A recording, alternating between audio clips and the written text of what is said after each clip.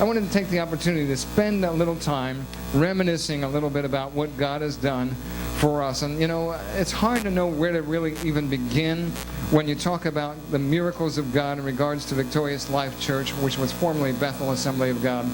But I want to take a kind of a quick journey down the road of memories to kind of just show you what God has done. I mean, what we sit in today, the property you're sitting in at this location, is really nothing short of a miracle of God. And those of you who are part of this congregation or who get my newsletters on a monthly basis know what a miracle of God this really is. But the miracle of Victorious Life Church, as best as I can determine, really began some 34 years ago, as my history traces it. When in 1975, Pastor Cameron Smith and his wife Martha answered a call from God to plant a church in Port Orange. And although the reality of an Assembly of God church in Port Orange has covered several decades, this church is a result of the prayers of many people who have gone before us as pastors. I want that to be known. There are lots of people saying, Pastor Tom, you've done a great job, and they've applauded my efforts, but it's not really about me. There are many people who have sown into this ministry over the years, not necessarily knowing it was going to be Victorious Life Church, but asking God to give us an Assembly of God church in Port Orange. Now, about that time, 34 years ago, this property that you're sitting on was purchased by a woman who presently lives on the backside of this building. She is a Jehovah's Witness individual, and she bought the acreage around here, and she began to sell this properties off to other Jehovah's Witness people, and they began to take a couple acres at a time, and then in the process they built the Kingdom Hall, which you passed on your way here. Now, I bring that up because 34 years ago, when Cameron Smith came here and began to pray that God would establish an Assemblies of God church, he had no clue of the fact that there was something going on kind of behind the scenes that God had an eternal purpose for. And so, all of that's kind of behind, in the whole process, but and I'm not going to spend every year going through it, but nonetheless, on March 15th, 1994, in God's providence, things that would remain unknown to Spirit-filled believers for some time began to take a turn. And unknown to the owner of this property at that time, and unknown to any Assemblies of God church planter, the then owner of this property began a journey that would assist in accomplishing God's plan for the one true God. Because on that day, March 15th, 1994, the then present owner of this property, a Jehovah's Witness, petitioned the city of Port Orange to have this property annexed into the city of Port Orange.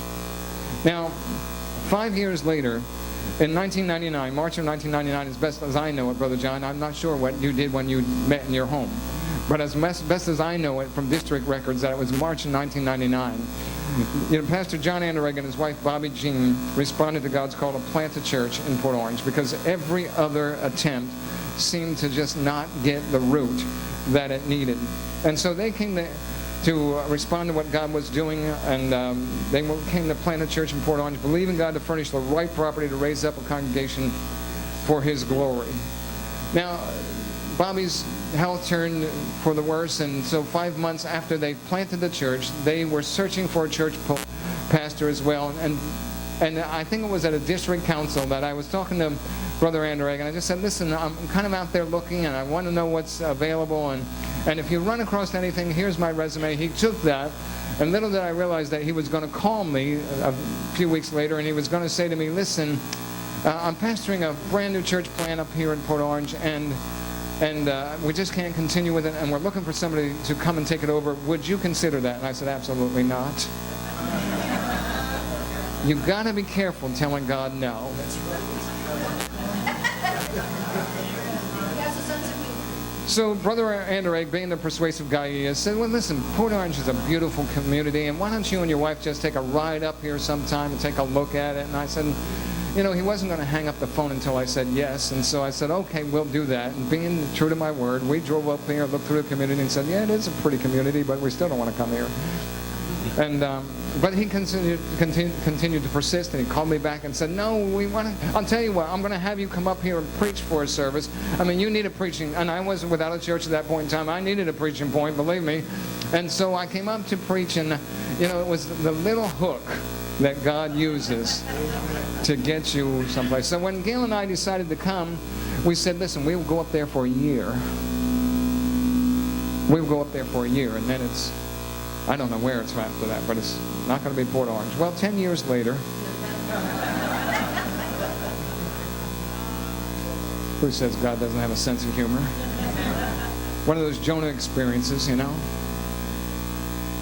We're still here, and God has allowed us to bring this to a place of fruition. We're really grateful for that. So we assumed the pastorate with the understanding that the church was to be birthed. It had to be birthed within the city limits of Port Orange. Now that's where the whole thing becomes critical. That back in 1994, the Jehovah's Witness owner petitioned the city of Port Orange to annex this into the city of Port Orange, because when you go outside our front door, if you will look directly to the north, that is Daytona Beach. How's that, Brother Terry? We got it in the parameters that the district wanted, so it had to be a Port Orange church, and so that was the thing that really kind of sealed this thing for us. And little did anybody realize it was happening, but it was taking place little by little, step by step. And as I and others searched for land, the church met in Spruce Creek Elementary School and Horizon Elementary School, and we met there for 10 full years. And those of you who set up and tore down know that it really felt like 20.